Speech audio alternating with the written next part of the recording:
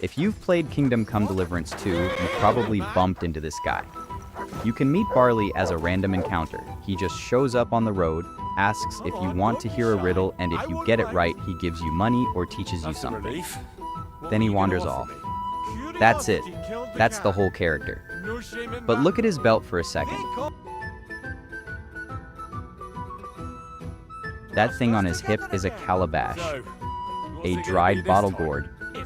Somebody at Warhorse sat down, modeled it, textured it, hung it off a belt, and then gave it to a guy you meet like 4 times in a 100-hour game.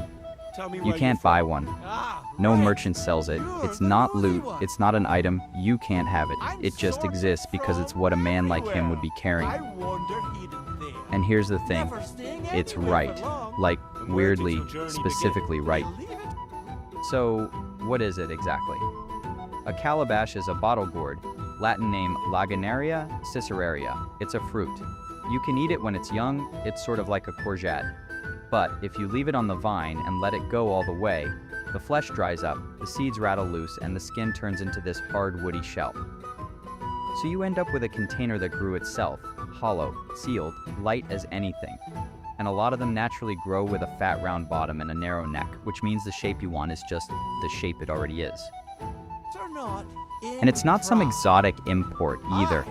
The plant's originally African. It's one of the oldest crops on the planet, and it had spread across Europe long before barley's time.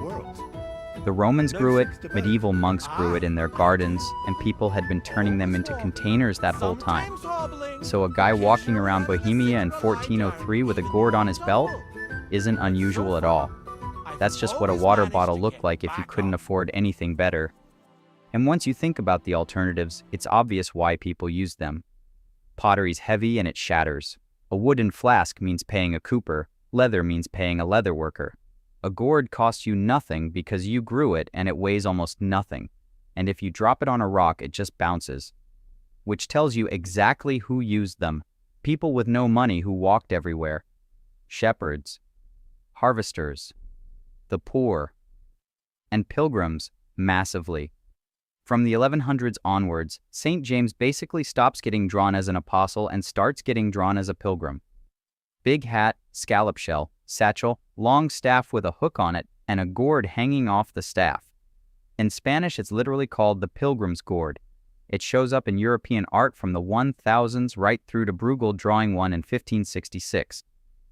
Which is why I think this little gourd is doing more work than everything Barley actually says. It tells you he's got no home. He sleeps outside, he drinks from streams, he owns nothing worth stealing. Whatever he used to be, he's a guy who walks for a living now. And they told you all of that without a single line of dialogue. They built a real 15th century object, correct down to the species of plant, and gave it to a random man.